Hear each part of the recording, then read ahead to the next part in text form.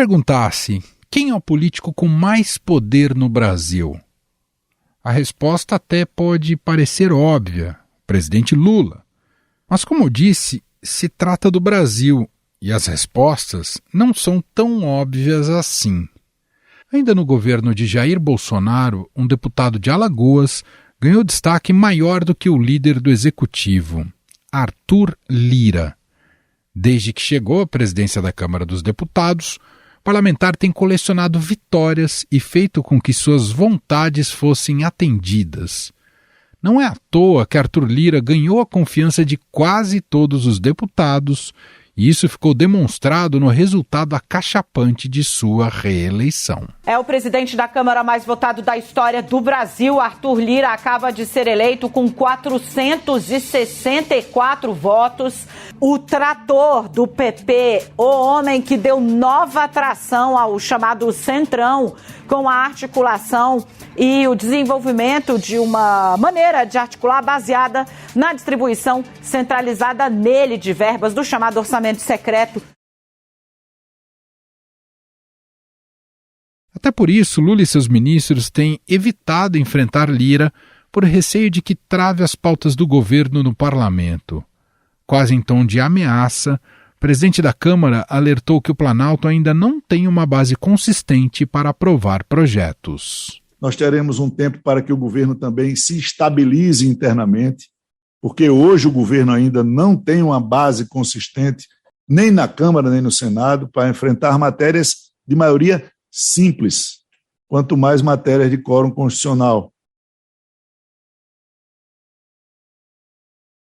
Lira e seu grupo político conseguiram manter, no governo Lula, o controle de cargos como a presidência da CBTU, a presidência nacional e a superintendência em Alagoas da Codevasf e do Denox, e uma diretoria do SEBRAE e a administração do Porto de Maceió. O deputado também demonstrou sua força para o governo ao apoiar a PEC da transição, que aumentava o limite do rombo do teto de gastos, e conseguir aprovar o projeto sem dificuldades. 331 sim. 160 não. Está aprovada em primeiro turno a proposta de emenda à Constituição número 32 de 2022. Recentemente, após pressão do presidente da Câmara, Lula manteve o ministro das Comunicações, Juscelino Filho, acusado de usar um avião da FAB e ter recebido diárias para comparecimento em um evento de caráter pessoal, no caso, leilão de cavalos. Eu já pedi para o ministro Rui Costa, convocar ele para segunda-feira para a gente ter uma conversa, porque ele tem direito de provar sua inocência. Mas se ele não conseguir provar sua inocência, ele não pode ficar no governo.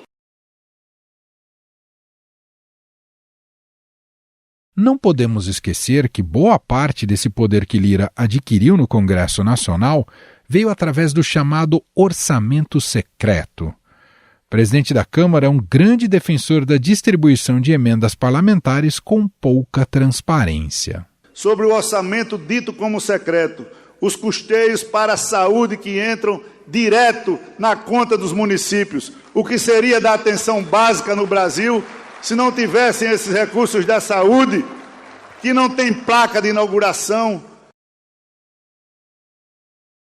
Aliás, após o Supremo Tribunal Federal decidir que essas emendas são inconstitucionais, Lira articulou junto com o governo federal uma nova forma de ceder recursos para parlamentares, o que manteve seu poder de barganha. A proposta de emenda constitucional da transição, que permitiu ao governo furar o teto de gastos para o pagamento de benefícios sociais, deixou nas mãos do Palácio do Planalto e do Congresso cerca de 20 bilhões de reais. Quantia que pode ser usada em negociações com o parlamento para aprovar projetos de interesse do governo Lula.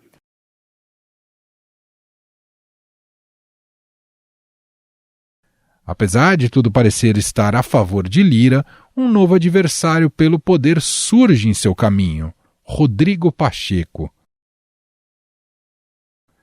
Essa história, que é recente, começa quando o presidente do Senado resolveu retomar as comissões mistas, formadas por deputados e senadores, para análise de medidas provisórias enviadas pelo presidente Lula ao Congresso Nacional. A medida desagrada o presidente da Câmara, Arthur Lira, que afirmou que os deputados não concordam com a decisão de Pacheco e acusou o Senado de truculência. E aí, o Senado perde a razão. Propôs um texto, mudou o entendimento. E agora vem com a truculência, unilateralmente querendo instalar comissões mistas, e eu repito, que são antidemocráticas, infrutíferas e palco de negociação de matérias que sempre trouxeram dúvidas e névoas para as medidas provisórias.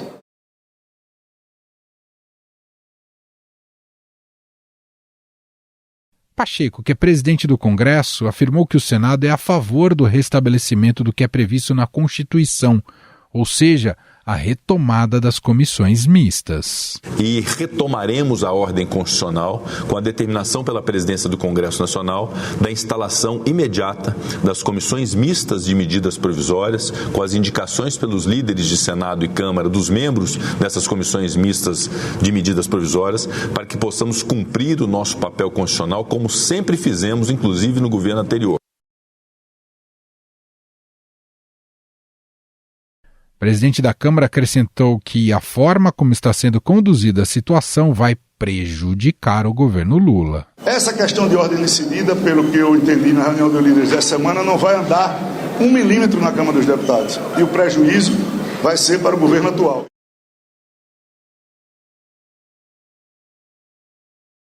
Nas entrelinhas, Lira quer dizer que essas medidas provisórias ficarão paradas enquanto o impasse não for resolvido. Ou seja, uma forma de pressionar o governo federal a dar apoio a ele em detrimento de Rodrigo Pacheco.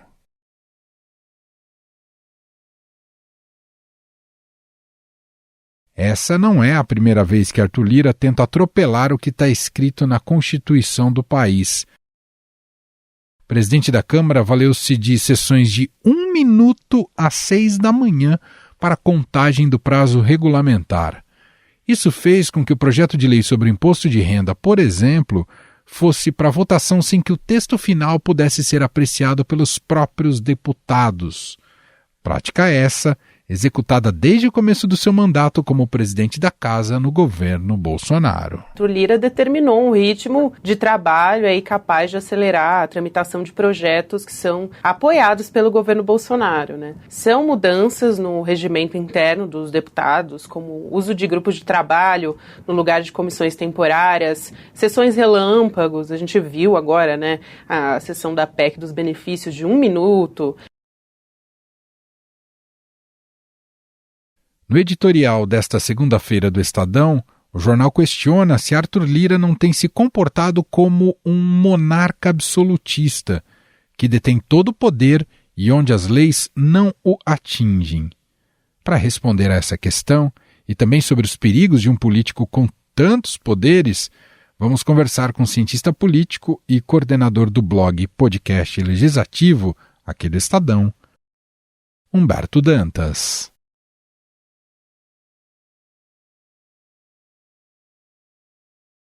Olá, Dantas, seja muito bem-vindo mais uma vez, tudo bem? Obrigado, Emanuel, um abraço a você, a todos os ouvintes. Bom, Dantas, durante o ano eleitoral, o ano de 22, o presidente Lula era muito crítico a Arthur Lira, né? Chegou a chamar ele de imperador do Japão. Ele já quer tirar o poder do presidente para que o poder fique na Câmara dos Deputados e ele haja como se fosse o imperador do Japão. Também falou que ele era o pior Congresso da história. Porque nós estamos hoje com uma Câmara de Deputados e Senado que, do ponto de vista ideológico, me parece que é o pior desses últimos 100 anos. Muita gente pode argumentar que ele quis reforçar um suposto contraste, e esse contraste era importante como estratégia eleitoral, mas depois, com a política para valer dando as cartas, o Lula precisou compor com Arthur Lira. E claro que a gente sabe que isso faz parte do jogo democrático, né, para buscar governabilidade, tem os custos que a gente já conhece, né, cargos, emendas. Porém, atualmente essa dinâmica de poder tem se mostrado um pouco desequilibrada. Eu quero te ouvir um pouco mais sobre isso. De fato, Lira tem se colocado mesmo como uma espécie de imperador? E quem é que está faltando com seu papel de exercer esse contrapeso ao Lira? o problema está na articulação do governo Lula ou é porque não existe oposição ao Lira na Câmara, Dantas? Eu concordo com alguns pontos, mas não sei quais pontos desses são características e quais pontos são pontos para análise. Então, acho que a primeira coisa que a gente precisa pensar, Emanuel, é o seguinte: não existe vácuo na política. Espaço livre na política, alguém vai ocupar. O que aconteceu? O governo Bolsonaro, Emanuel, foi um governo que abriu mão de partes do seu poder. E aí, não existe vácuo, alguém foi lá e sentou. Vamos pensar que em novembro de 2021, uma série de indicadores mostravam que Bolsonaro estava correndo severos riscos de perder a mão do controle do país. Vinha daquele setembro de 2021 em que ele afrontou o STF, ameaçando o STF de maneira absoluta, vinha perdendo popularidade por uma série de razões, dificuldade de renovar Auxílio Brasil, dificuldades relacionadas às suas posturas, dificuldades relacionadas ao avanço do Covid, enfim, uma série de questões fundamentais, CPI da pandemia, aquela coisa arada toda, e vinha sofrendo algumas derrotas no judiciário, que julgou no governo Bolsonaro temáticas relacionadas a ações diretas de inconstitucionalidade que tinham o executivo como ator em volume nunca antes visto e com uma capacidade de Bolsonaro perder algumas dessas causas maior do que a média dos seus antecessores. Em dezembro, o Brasil bateu recordes de liberação de emendas do orçamento secreto. Escândalo divulgado e descoberto aqui pela nossa casa, pelo Estadão. Passou da casa dos 3 bi. Em janeiro, Ciro Nogueira já era relatado pela imprensa como o todo-poderoso dono do cofre. E Arthur Lira tinha muito poder antes um pouco de completar um ano como presidente da Câmara. Para que tudo isso desse certo, para que Bolsonaro retomasse o contato com o Legislativo, então muito dinheiro foi distribuído e o presidente da Câmara passou a contribuir com a agenda do Planalto de um jeito poucas vezes visto durante o governo Bolsonaro. Só que o Bolsonaro também perdeu muito em relação ao Legislativo. Então ficou a sensação de que o Lira assodou o processo legislativo, usando sempre a pandemia como justificativa, acaba com as reuniões de comissão temática, acaba com as audiências públicas, cria grupos de trabalho da sua cabeça formatados do jeito que ele prefere. Enfim, ele foi fazendo coisas que foram lhe dando muito poder, incluindo as manobras do tal orçamento secreto, as emendas do relator. Aí, Emanuel, ganha a eleição um sujeito que, ao contrário de Bolsonaro, e aí eu não estou querendo comparar no sentido de dizer quem é bom e quem é ruim. Entendi. Mas ao contrário de Bolsonaro, Lula olha a política de frente. E Bolsonaro o tempo inteiro disse que não queria conversa com o Legislativo e com partidos políticos, apesar de ter feito o que fez no que diz respeito às emendas do orçamento secreto. Então Bolsonaro fingiu que não liberava e Lula libera olhando no olho. Tá, essa emenda vai se essa votação acontecer, aquela emenda vai se isso aqui rolar e coisas dessa natureza. Então é um presidente de costas e outro de frente, independentemente do que a gente prefira e de como a gente avalie isso. Todas as infidelidades constitucionais existentes no processo legislativo são infidelidades que ocorreram à luz da excepcionalidade da pandemia. O mundo voltou, entre aspas, e mais ou menos ao normal, mas o sujeito não quer perder o protagonismo, não quer perder a força. Já deram a primeira machadada, agora estão dando a segunda. E o sujeito... E a Graziela Testa, que apresenta com a gente o podcast do Blog Legislativo, diz que existe um ditado que diz o seguinte: ato acuado grita. O Lira está gritando, e o pessoal está indo para cima para reduzir o poder dele.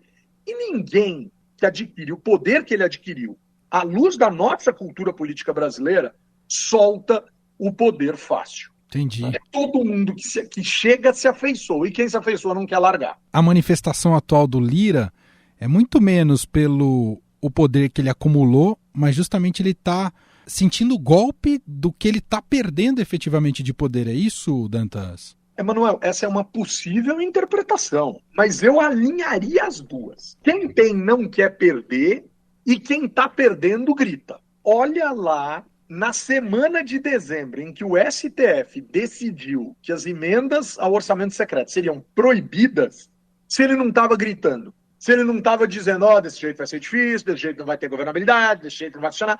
O Lira está perdendo espaço porque o Bolsonaro deu muito espaço para os progressistas, em especial para essas duas figuras, Arthur Lira e Ciro Nogueira.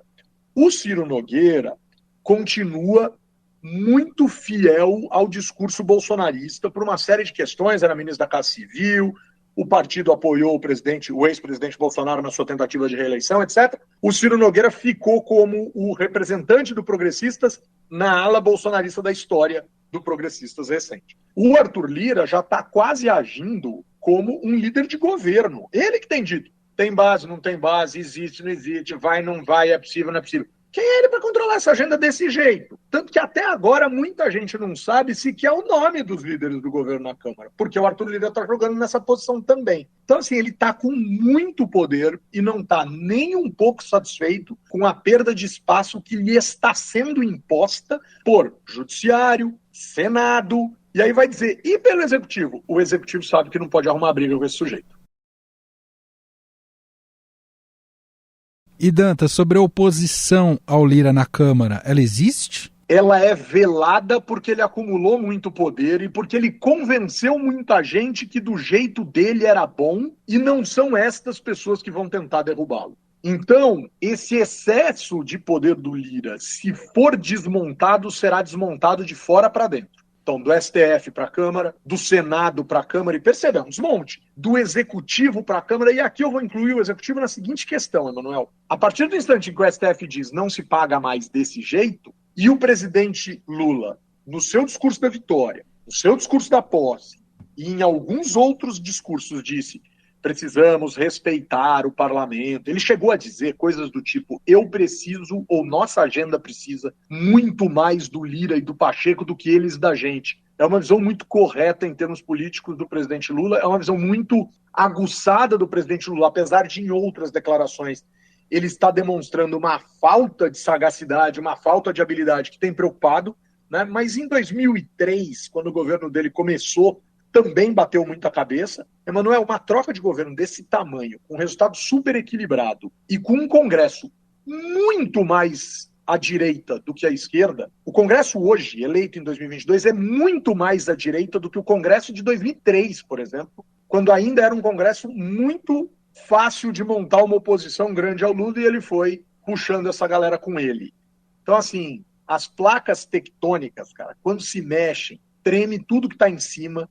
E quando tem uma tremida grande, há uma tendência a ter outras tremidas num curto espaço, médio espaço de tempo. A gente ainda está vivendo alguns terremotos e eu não sei dizer para você se a gente já viveu o mais agudo deles. Mas certamente um dos quesitos que fazem a Terra tremer com mais força, você não tem a dúvida que é a realocação da placa tectônica chamada Arthur Lira. E você entende que o PT aprendeu com o trauma do Eduardo Cunha? Não tende a repetir os mesmos erros? Não repetiu ao apoiar o Lira sabendo que não tinha nenhuma condição de lançar um candidato próprio, como fez em 2015 contra o Eduardo Cunha. Então, isso o PT aprendeu, que precisa fazer esse acordo. A questão é saber se não ocorreram outros acordos futuros que, porventura, partidos aliados podem não querer cumprir. Por exemplo, eu apoio o Lira agora, mas o próximo presidente é do PT. Eu não vejo nenhuma chance disso acontecer, a não ser que em 2025 a gente esteja vivendo alguma coisa que a gente não está conseguindo enxergar agora em termos políticos que a gente poderia viver. Então, provavelmente, o próximo presidente da Câmara vai ser do União Brasil, pelos acordos que a gente sabe que existiam lá dentro. Pode até mesmo ser do Progressista, pode ser que tudo vire e a gente vá assistir outro. Mas eu acho que isso o PT aprendeu. Outras coisas eu garanto para você que o PT não aprendeu. Gleisi Hoffmann reclamando de âncora fiscal é infantil ou minimamente para atiçar a própria militância. Porque só se aprovou a PEC da transição porque se aprovou a ideia de uma nova âncora fiscal. E aí ela dizer que é contra, que não acha que seja importante discutir, é obrigatório discutir, por uma questão legal e por uma questão de arranjo político que se fez no fim do ano passado. A gente ouvir indícios de que existem conflitos entre Fernando Haddad e Rui Costa é algo que nos remete aos conflitos Antônio Palocci e José Dirceu. Só que o PT é grande, Emanuel, e o PT grande, além de grande, o PT é afeito ao conflito, o Lula é um agente de conflito, apesar de ter pregado uma paz que ele não consegue cumprir, e o partido é um partido que precisa acomodar interesses internos, né? E interesses internos esbarram em interesses estratégicos externos de outros partidos, de outras ideologias. Até isso passar, ou vai ter desajustado de vez, e aí o governo vai ter severas dificuldades para governar, ou vai se arranjar, mas não vai ser. Eu tenho lido muito texto, inclusive no Estadão, gente dizendo assim, já deu errado. Não tem 3 meses de governo. Perfeito. Agora, já tem muita coisa que precisa ser arrumada. A história você compra uma casa escangalhada e fala, nossa, vai dar um trabalho. Aí você arranca o piso e quebra a parede e descobre que vai dar mais trabalho. Mais trabalho, mais tempo. Vamos ver onde a gente chega. Só um último aspecto, pegando um pouco desse histórico que você lembrou muito bem, Palocci e Zé Dirceu, a gente lembra muito bem como é que Zé Dirceu garantiu a governabilidade, os pagamentos, os partidos e aos deputados ali no parlamento.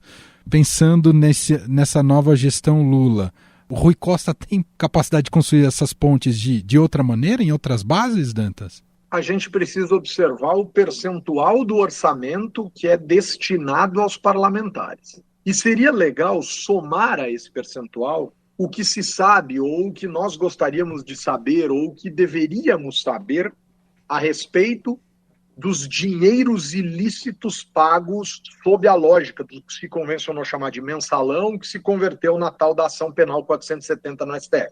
Se a gente tivesse a dimensão de todos esses montantes e tentássemos mensurar isso no que diz respeito ao tamanho do orçamento, aí seria fácil eu te dizer se tem ou não tem espaço. Agora, a gente vive num país que tem naturalmente considerado escândalos na casa do bilhão.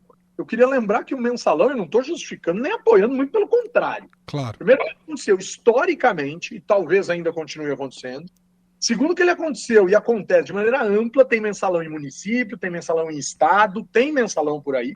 Mas, Emanuel, a gente estava falando, à luz da pilantragem atual de singelos R$30 mil. R$30 mil é muito dinheiro público e, infelizmente, à luz do que a gente ouve falar em termos de corrupção, é dinheiro de moeda. Não vou nem dizer de cafezinho, porque cafezinho agora tem lugar que você vai tomar café expresso bom aí, tá te cobrando R$9. Então não vou nem falar isso. Mas, cara, não é fácil enxergar a dimensão do que foi e do que é. Mas tem espaço no orçamento para um governante dizer eu não corrompi, e pensar em emenda pode ser até imoral, mas ilegal não é, a não ser que o STF diga não pode mais pagar emenda desse jeito. Uhum. Mas tem as outras. Tem, por exemplo, agora as emendas PIX que vão direto para as prefeituras, etc.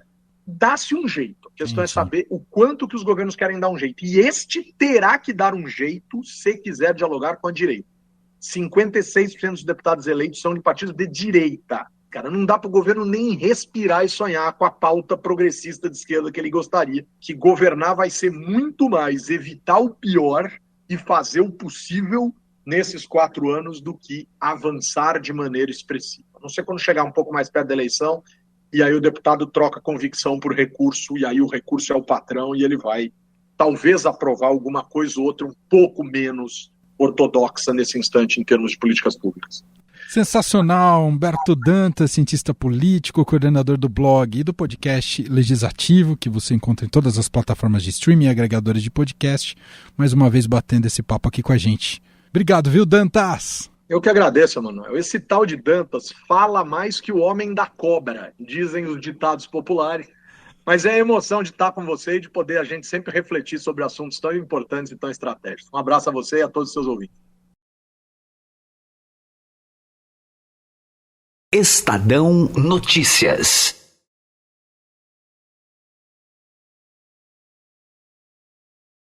E este foi o Estadão Notícias de hoje, terça-feira, 28 de março de 2023.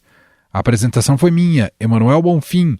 Na produção, edição e roteiro, Gustavo Lopes, Jefferson Perleberg e Gabriela Forte.